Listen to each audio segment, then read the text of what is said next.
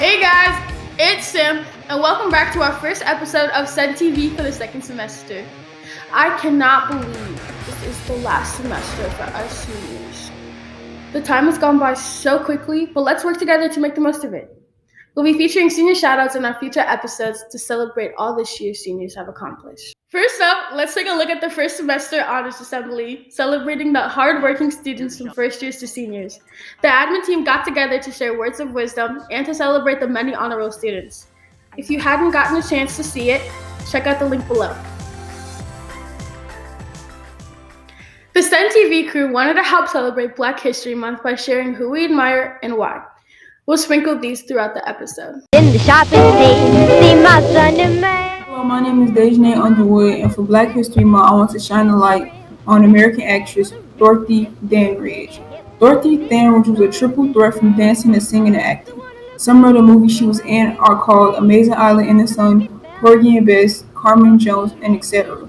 She was also the first Black movie star to be nominated for Academy Award for Best Actress. I admire Dorothy Dandridge because even though a lot of people may not know this, but she was the blueprint for a lot of actresses at her time. Like, for example, Marilyn Monroe. Black History Month, a figure I admire is Jesse Owens.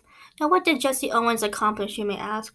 Well, Jesse Owens became a successful track and field athlete, winning 4 gold medals in the 1936 Summer Olympics in Berlin.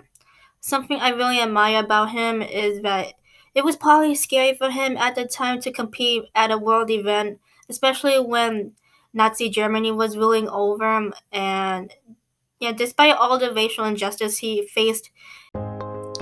Hey friends, and welcome back to Senn TV's Serenity Circle. Today's topic is something I personally struggle with and go through: test anxiety.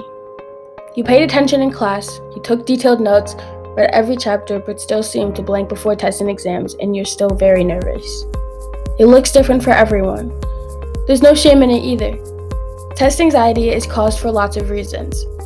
The pressure of timed tests, intimidation of taking tests in a crowded classroom, poor study skills, lack of preparedness, lack of understanding the material, previous poor test performance, and the list can go on, but we should not let these things hold us back.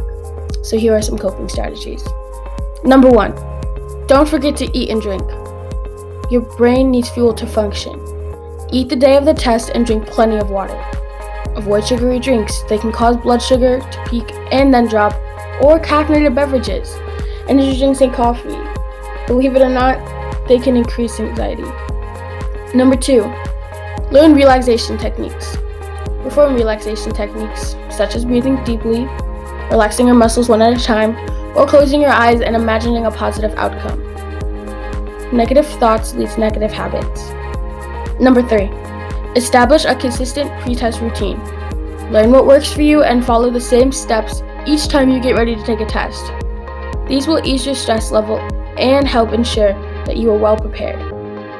If the anxiety is still too much, I recommend telling a teacher, counselor, or even a parent to help you get the accommodations to make the testing and the stress of the testing just a little easier to handle. AfricanAmerican public figure that I admire today would be LeBron James. He is a NBA All-Star. He's been in the league for about 17 years now. And the reason I admire him most is because of what he does on and off the court. On the court, he's an amazing athlete, but off the court, he's a very generous person. He helps his community, and he also even made a public school in Akron, Ohio, where he's from, to help at-risk kids get a high education for a low cost, which is absolutely amazing, and it helps kids in need. I'm guessing most of you guys don't know Alfred L Crowley. For most of you guys that don't know who he is, he's the inventor of the ice cream scoop. Yes, that long ago, and we still use it up until today. He's seen that many people were struggling upon putting ice cream on the cone, so he did a little invention on the ice cream scoop. I myself didn't know for a very long time, up until I just recently was educated on it. You know, you learn something new every single day.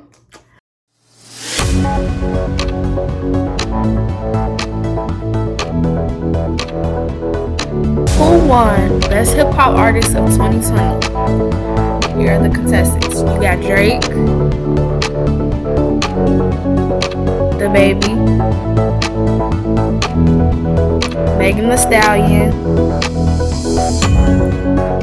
or Lil Baby? Say your answer now. If you said Megan Thee Stallion, you are correct.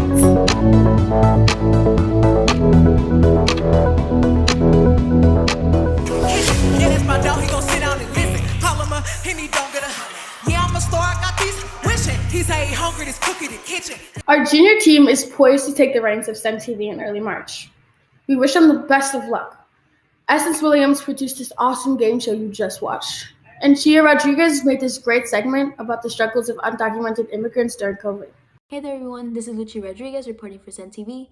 Today I want to discuss an issue that isn't talked about enough. As you know, most Americans have received financial aid during the global pandemic, but a percentage of the population isn't receiving the same financial aid as everyone else, illegal immigrants. So if stimulus checks are sent to taxpayers, why can't undocumented residents who pay taxes while living here receive financial aid? To find out for myself, I decided to interview a few illegal immigrants and find out how they're doing. 43 years old and I'm coming from South America, from Uruguay. The struggles like every family suffer through COVID, it was money. For me, I work in restaurant business, so the closing of the restaurants in March, it was very hard. It was hard to provide for the family where there was no income coming. We lost savings, we lost ways to provide, and that's very hard. When we reopened in July, it was to find different jobs just to recover from all those 5 months that were closed. At one point, I have to work in 3 different restaurants, barely sleeping 4 or 5 hours a day. I do pay my taxes every year, and I see completely unfair for some persons not to get the help. For them, even with kids that are citizens, they don't get the help from the government, which is completely unfair. They ask for us to be on this together, and they don't provide for them. I did ask some Senn students to voice their opinion on my topic. I'm a junior in Senn High School, and I believe that illegal immigrants should be able to get their stimulus check done. I believe that if they are paying their taxes just like everybody else, then they should also be able to get the financial help that they need. To me, I believe it's unfair how these undocumented residents or immigrants are not receiving stimulus checks or financial aid during the pandemic. I feel like they're suffering as much as everyone else is, and that they should be receiving as much help as they can get.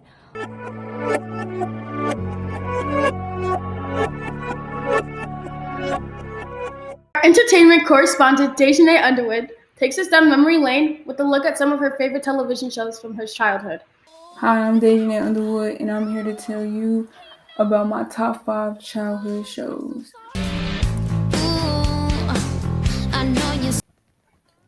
Number 5 has to go to Zoe 101. Me and my little sister used to be glued on the TV when we first started watching Zoe 101. We didn't start watching until years after it ended, but it was still a great show and hilarious. Never thought that it'd be so simple, but I found a.